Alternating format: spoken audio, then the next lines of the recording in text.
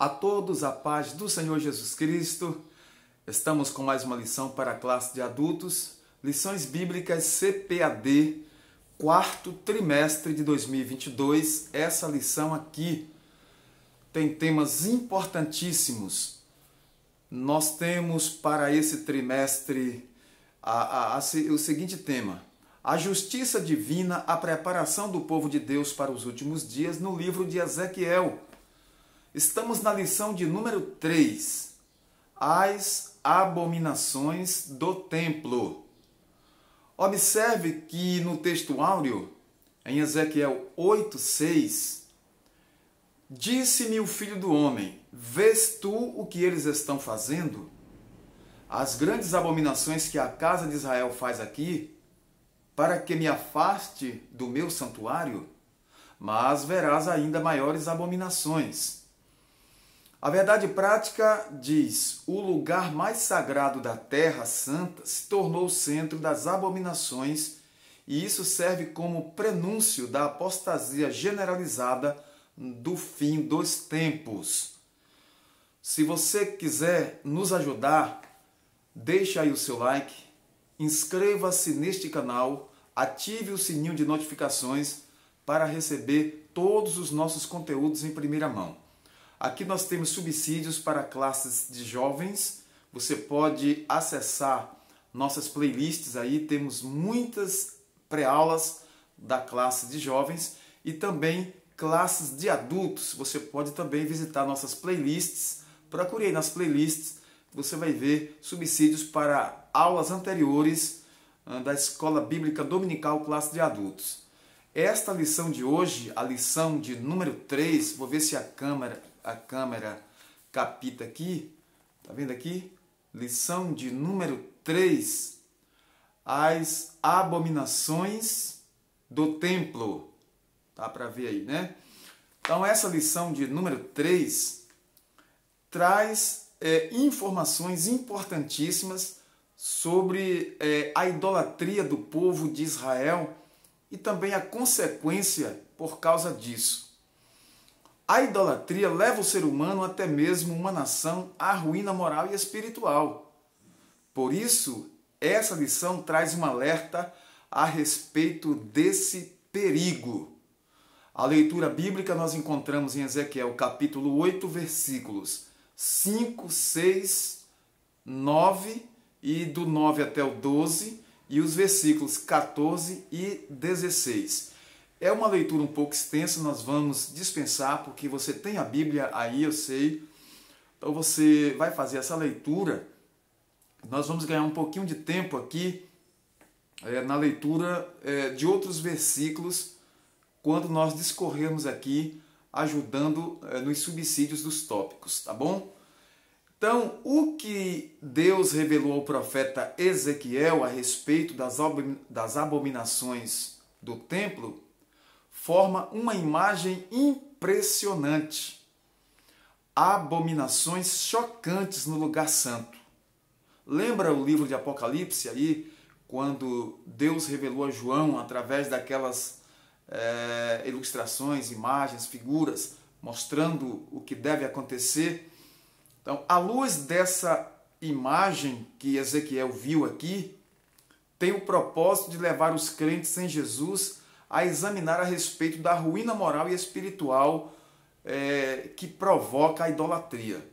Não estamos isentos desse perigo, principalmente nos dias em que estamos vivendo, chamados dias que são os últimos dias realmente, né? A era da pós-modernidade, os tempos do pós-moderno. Então, isso é muito perigoso em nossos dias. Temos que estar alertas para não cair no mesmo erro de Israel. Os objetivos para essa lição, primeiro, é expor a visão do capítulo 8 do livro, né, de Ezequiel. Segundo, destacar as imagens de ciúmes, o culto aos animais e répteis e os 70 anciãos. E, por último, tratar a respeito do ritual de Tamuz e dos adoradores do sol. Existiam ali adoradores do sol. Deus mostrou esse perigo quando mostrou aquela imagem de homens de costas para o templo e de frente para o Oriente adorando o sol. Observe, ao longo das Escrituras, percebemos uma grande quantidade de povos que sempre praticou idolatrias variadas. Por isso que quando Deus tirou o seu povo do Egito, meu prezado irmão, Deus alertou acerca dos perigos da idolatria dos povos que estariam habitando ao redor de Israel ali em Canaã. Mostrou o perigo de não se misturarem para não adorarem as imagens e os deuses estranhos das nações. Quantas vezes Israel caiu nesse pecado? E agora, mais uma vez, o profeta Ezequiel chama para esse alerta, para esse perigo iminente que estava a nação incorrendo em grave erro de idolatria.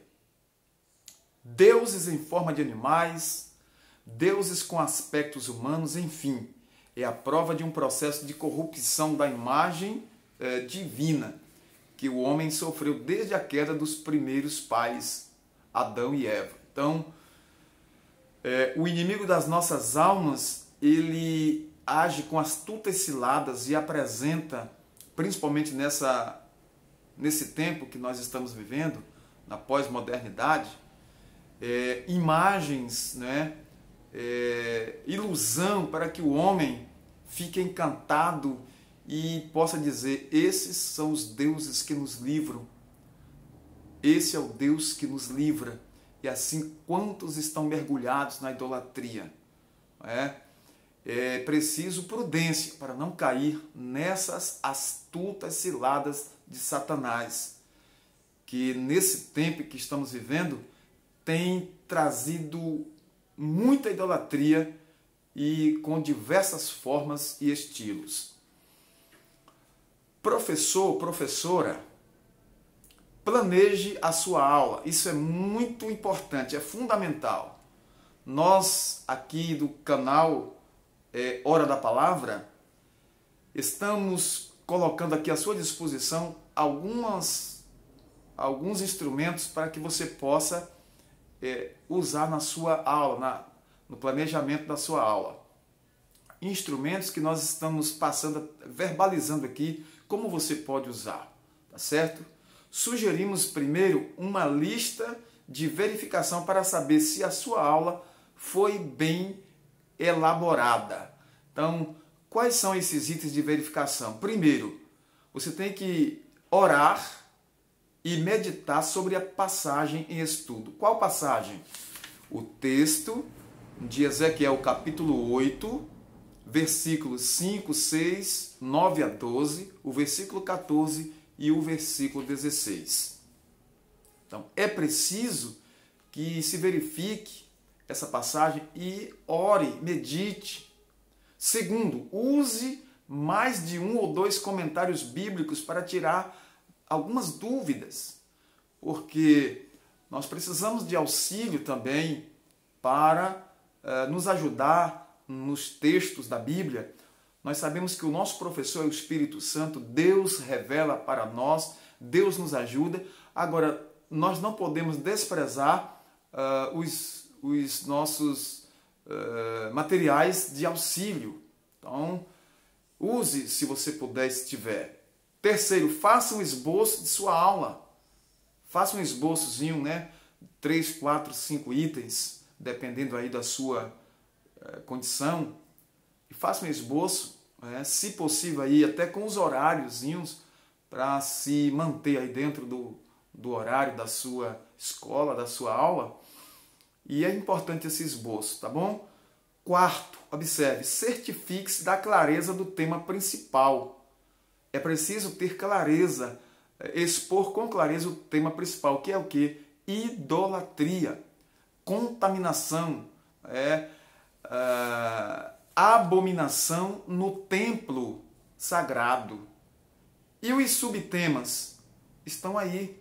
Então, dê prioridade ao tema central, principal, e também aos subtemas, para que você tenha uma aula bem expositiva, bem trabalhada, para que o Espírito Santo te use poderosamente. Quinto, pense em ilustrações e exemplos para trazer vida à sua aula. Se você puder usar algumas ilustrações, isso é muito bom, é muito importante. Existe uma riqueza de ilustrações que a gente pode levar para a nossa aula.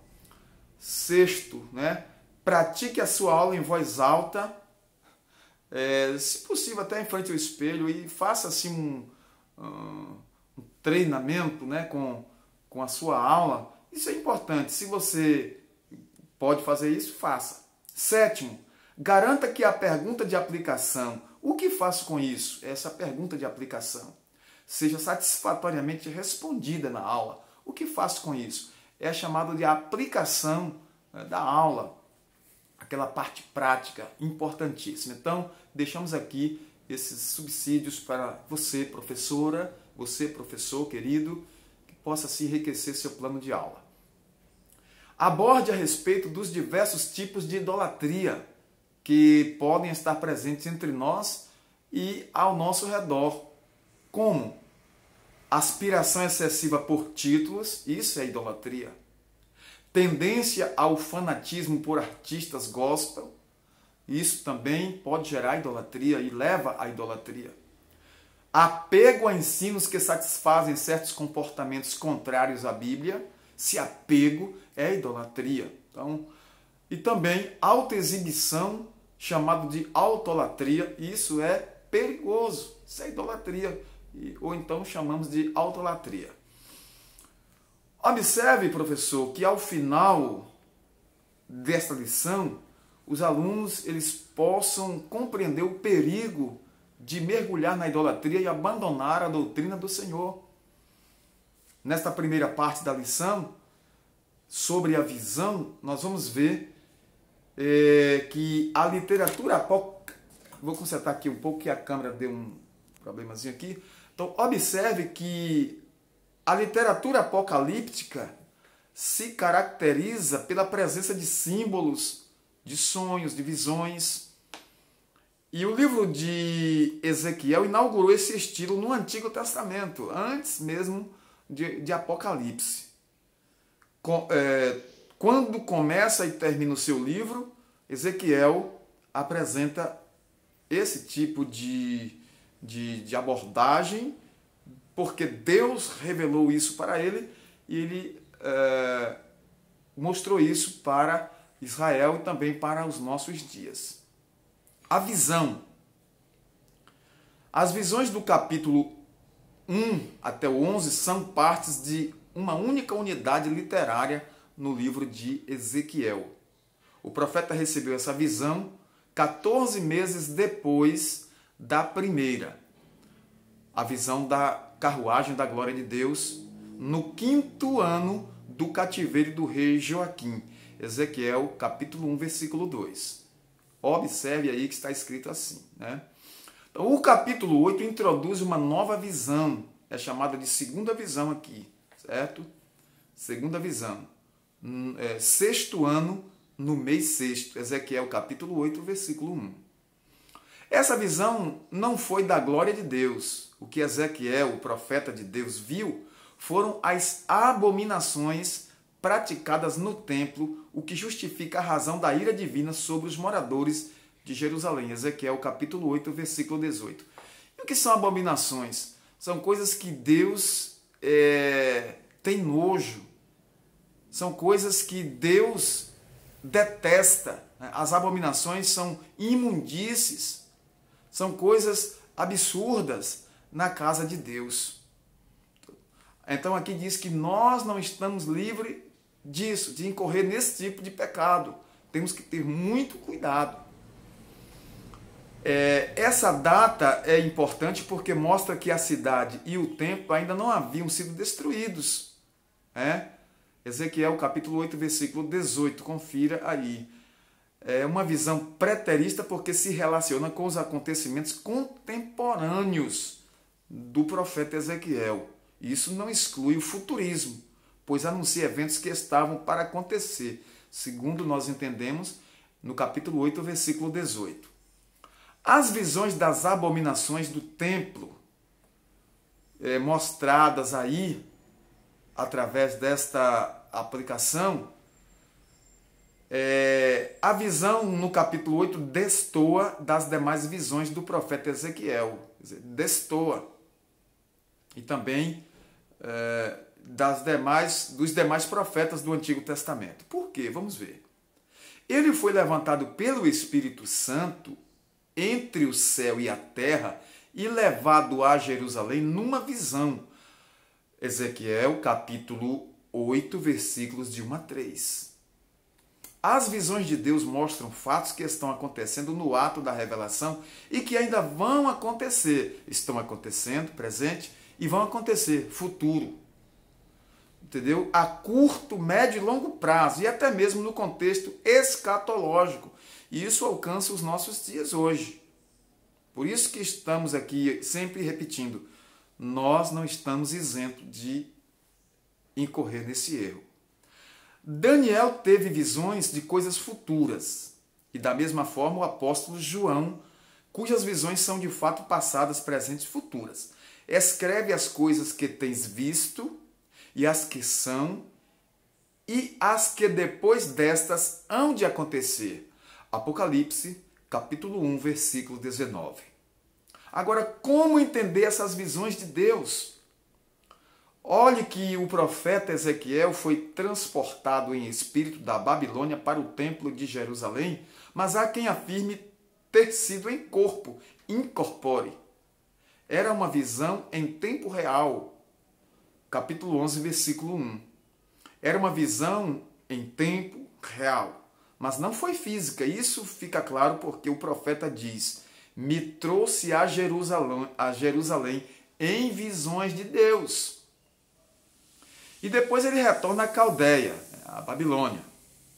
Capítulo 11, versículo 24. Essa é a mesma experiência do apóstolo João em Apocalipse, capítulo 1, versículo 10, que foi arrebatado em espírito no dia do Senhor. Deus introduz o profeta Ezequiel aqui no interior do templo e lhe mostra 4 dos oficiais da casa de Deus e algumas mulheres praticando o mais baixo grau de idolatria, razão pela qual a sua destruição se torna inevitável. A Bíblia diz que Deus não dá sua glória a outrem. E a idolatria, ela furta, ela rouba, não é? Essa adoração que é devida ao Deus verdadeiro e leva a deuses falsos, a espíritos enganadores, a demônios. Então, a adoração é devida a Deus. Devemos adorar a Deus e não a seres, não a imagens, não a deuses falsos, nem o que quer que seja. Então, a sinopse desta primeira parte é a visão das abominações do templo destoa das demais visões do profeta Ezequiel e de outros profetas do Antigo Testamento. Isso porque é uma coisa diferente. Não é? Mostra o pecado de idolatria de Israel dentro do santuário. Vamos ver aqui os subsídios da segunda parte. As imagens de ciúmes. O termo ciúme do hebraico quiná significa zelo, ciúme ardente, ira. Essa imagem é semel em hebraico, imagem, ídolo, quer dizer isso. Muitos expositores do Antigo Testamento identificam como Azerá, deusa também conhecida como bosque, poste ídolo, etc. O rei Manassés pôs no templo de Jerusalém a imagem de madeira de Azerá. Observe isso aí na Bíblia, segundo livro dos Reis, capítulo 21, versículos 3 e 7. Então, esses ídolos foram sendo trazidos para a casa de Deus. Entendeu? Mas só foi destruída pelo rei Josias tempos depois, segundo Reis, capítulo 23, versículo 3. Muitos acreditam que nos dias de Ezequiel ela tenha sido colocada de volta no templo. O uso da expressão imagem de ciúme se explica porque a idolatria provoca ciúme de Deus pelo seu povo. Nós somos propriedade de Deus. Então Deus tem zelo por nós, tem ciúme de nossas vidas que pertencemos a Ele. Então, diz que o Espírito que habita em nós tem ciúmes, esse ciúme santo, esse zelo que Deus tem por nós. Então, quando enveredamos por caminhos errados e praticamos esse tipo de erro, de pecado, então Deus, ele tem ciúmes, ele entra, né, com ira, porque nós somos propriedade sua, de direito. Nós pertencemos a Deus. O ser humano pertence a Deus e não ao inimigo das nossas almas.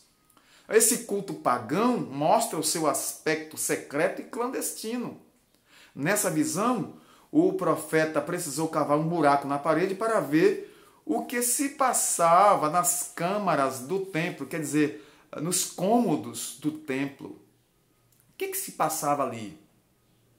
Ezequiel viu pintado na parede do interior da casa de Deus toda sorte de animais abomináveis que Deus detesta, que Deus sente nojo, répteis, além de ídolos do povo. A zoolatria, que é a idolatria a animais, significa adoração a animais. Ela é típica dos egípcios, que viam neles mais que símbolos ou emblemas. Eles os consideravam receptáculos das formas do poder divino. Gato, cachorro, leão, touro, etc, etc, caprinos e até aves. Os 70 anciãos, aqui do versículo 11, vamos ver aqui novamente na leitura oficial o versículo de número 11, e 70 homens dos anciãos da casa de Israel, com Josanias, filho de Safã, que se achava no meio deles, estavam em pé diante das pinturas, e cada um tinha na mão o seu incensário, e subia uma espessa nuvem de incenso, quer dizer, fumaça. Observe que coisa absurda. Entendeu? Então, ambas se referem tanto a pessoas velhas como também a líderes comunitários da época. Anciãos, idoso, o mais velho. Então eram aqueles anciões, líderes. O termo aqui usado é também príncipes, líderes das comunidades cristãs, de Atos dos Apóstolos, capítulo 14, 23, capítulo 20, versículo 17, quer dizer líderes de comunidades cristãs. Mas o termo aqui, anciãos, eram líderes do Antigo Testamento. Não se tem informação detalhada sobre os 70 homens dos anciãos da casa de Israel. E nada há nas Escrituras que indique ser uma referência ao Sinédrio. Não. Quanto a Josanias, filho de Safã, há pelo menos 4 personagens com esse nome no Antigo Testamento. Pode observar aí. Ezequiel 11:1, leia aí, por gentileza. Jeremias 35:3 e também Jeremias 40, versículo 8. Parece que Safã, nessa passagem, é o mesmo escrivão do rei Josias, 2 Reis 22, 8 a 10, onde naquela ocasião acharam um livro da lei perdido dentro da casa do Senhor. Tal era o descaso do povo para com a palavra de Deus. Mas voltamos aqui para o tempo de Ezequiel e as suas visões. Alguns estudiosos não veem motivos suficientes para distinguir entre esse Safã e o Safã escrivão, certo? E se isso pudesse ser confirmado, Josanias seria uma ovelha desgarrada, como acontece ainda hoje em boas famílias de igreja, de um filho ou uma filha que se afastou, se apostatou da fé. Mas que Deus tenha misericórdia e que possa trazer de volta o seu filho para a casa do Senhor. Terceira e última parte, sobre as abominações. Vamos ver aqui um pouquinho, trazer alguns subsídios importantes. O ritual de Tamuz. Tamuz era uma divindade babilônica de origem suméria, deus da vegetação e dos rebanhos. Vejam que eles tinham deuses ali para tudo, para a agricultura, para a vegetação, para a prosperidade, etc. Deuses a todos os gostos. Então, esse Tamuz era uma divindade babilônica de origem suméria, considerada para eles como Deus da vegetação e dos rebanhos. A crença pagã, note aqui que ficava 6 meses, que ele ficava 6 meses morto no submundo no período da seca. Observe que absurdo, que Deus é esse que eles serviam. Esse Deus sumia 6 meses no submundo no período da seca. 6 meses vivo no período das chuvas, e assim, era 6 meses vivo, 6 meses morto. 6 meses vivo, 6 meses morto. Quer dizer, sumia, aparecia. Aparecia, sumia. Ah, meu querido, o nosso Deus, o Deus que fez os céus e a terra, ele é um Deus presente na escassez, na bonança, na adversidade, não é? Na fartura. O nosso Deus nunca some, nunca desaparece. Ele é o Deus presente. É o Deus que está conosco todos os dias até a consumação dos séculos. Esse é o Deus que nós servimos. Esse é o verdadeiro Deus. Assim, anualmente era realizado ritual de lamento pelas carpideiras em favor de Tamuz, no 2º dia do 4º mês, para que ele ressuscitasse e fizesse chover. As carpideiras eram as pranteadoras profissionais. Ficavam ali pranteando, chorando, né? Talvez ali lágrimas de crocodilo, cuja função era lamentar nos velórios e enterros para fazer com que os outros também chorassem, ficassem emocionados. Parece que essas mulheres estavam envolvidas também num culto sincrético, visto que a visão é do 6º mês. Era uma adoração a Javé e ao mesmo tempo a Tamuz. Uma mistura. Deus não aceita isso. Deus não quer sincretismo. Deus não quer essa mistura. Ou é Deus ou é Baal. Ou é Deus ou é um ídolo. Mas, como disse Josué, eu e a minha casa serviremos ao Senhor. E você, querido, o que é que diz? Vamos servir ao Senhor. Então, vamos ver agora acerca dos adoradores do sol.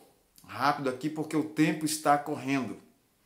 Ezequiel viu cerca de 25 homens de costas para o templo e virados para o oriente, adorando o sol. Já diz tudo. O grupo de homens, líderes, estavam de costas para o templo. Isso mostra o quê? O descaso, o desleixo, não é? Virar as costas é abandonar. E virar a frente para o oriente e adorar o sol. Quer dizer, abandonou o Deus verdadeiro, o santuário do Senhor, e virou-se para o oriente para adorar a imagem do sol. Né? Aliás, na antiguidade, muitos povos adoravam o sol, a lua, as estrelas, os astros. A criação de Deus serviu aí para muitos adorarem como seus deuses, como se fossem seus deuses. Mas, aqui no caso dos 25 homens, havia no Egito também o templo do sol, não é? Em hebraico, casa do sol.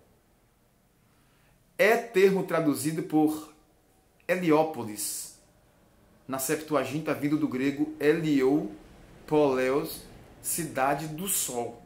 Não confundir com a cidade de Bet-Semes, em Judá. Aqui se trata da antiga cidade egípcia de On, segundo Reis 14:11. Cidade egípcia de On, O-M. Seu nome hebraico, ou Heliópolis, em grego, na Septuaginta. A cidade era dedicada ao Deus Sol, conhecido também como Ra. Todo esse ritual às falsas divindades revela a apostasia generalizada e todo o sistema corrupto que havia naquela época e agora estava adentrando a casa de Deus, ao templo, ao santuário do Deus de Israel. Observe que o título de nossa lição é As Abominações do Templo. Então, as coisas vêm chegando devagarinho, vem entrando sorrateiramente, e quando vê, está apinhada de abominações. Temos que ter esse cuidado e precisamos fazer uma varredura e ver o que está errado dentro do templo, na casa do Senhor. O que tiver de errado, a palavra de Deus ela orienta a lançar fora. Então, os anciãos na casa do profeta, aqui Ezequiel capítulo 8, versículo 1. Retornando à abertura da profecia, parece que esses anciãos exerciam autoridade espiritual sobre os exilados. Sim, eram líderes, eram pessoas que exerciam autoridade, liderança, visto que não havia, no momento, uma liderança espiritual centralizada. O rei Joaquim estava na Babilônia, mas na condição de prisioneiro. Só após a morte de Nabucodonosor, mais de 20 anos depois, Evil-Merodach, que o sucedeu no trono, mandou libertar Joaquim da prisão e mudar sua roupa de presidiário. Não é? Assim, observamos que não havia uma liderança assim centralizada, era muita gente que liderava. Os anciãos vinham em busca da palavra com certa frequência à casa de Ezequiel. No entanto, há quem afirme que não faziam parte da ala dos fiéis, mas que procuravam Ezequiel para se manterem informados. Isso parece ser pouco provável. Também não concordamos com essa hipótese. Além disso, os falsos profetas atrapalharam a vida espiritual dos exilados, assim como em Jerusalém. É sempre assim, os falsos profetas sempre atrapalham o povo de Deus, o bom andamento da obra. Temos que ter cuidado, temos que ter discernimento para não cair nesse engodo. Então, nós estamos finalizando aqui e vamos reafirmar. Aprendemos com as 4 cenas do pecado cultico, que um Deus santo não tolera o pecado. Esse pecado cultico foi aquilo ali que nós vemos há alguns instantes atrás, o que nós discorremos. Deus exige fidelidade, a fidelidade de seu povo. O que aconteceu com Israel nos ensina sobre a responsabilidade na santidade com a adoração e o estilo de vida também para os dias atuais pelos crentes em Cristo Jesus. Nós temos que ter esse cuidado nos dias de hoje, para não cair na idolatria e desagradar o nosso Deus. Porque Deus com certeza punirá, tá certo? Deus abençoe ricamente. Professor, professora, Deus te dê uma excelente aula, que o Espírito de Deus te use nesta aula e que a sua EBD, sua Escola Bíblica Dominical, a sua classe seja uma bênção, que vidas sejam edificadas e almas sejam salvas para a glória do Senhor. Oremos agradecendo a Deus por tudo. Senhor, nosso Deus e Pai, Pai de nosso Senhor Jesus Cristo, te agradecemos pelo privilégio de estar aqui na tua presença com mais uma lição bíblica, os subsídios para a nossa EBD, Senhor. Te agradecemos pelas tuas bênçãos, pela revelação da tua palavra e por tudo que aprendemos aqui, Pai. Em nome de Jesus, nós te louvamos, assim queremos te agradecer desde agora e para sempre. Amém, graças a Deus. Até uma próxima videoaula, mais subsídios para a nossa EBD, em nome de Jesus. Não esqueça de se inscrever nesse canal e ativar o sininho de notificações e dar o seu like aí, tá bom? Deus nos abençoe e até um próximo encontro. Amém.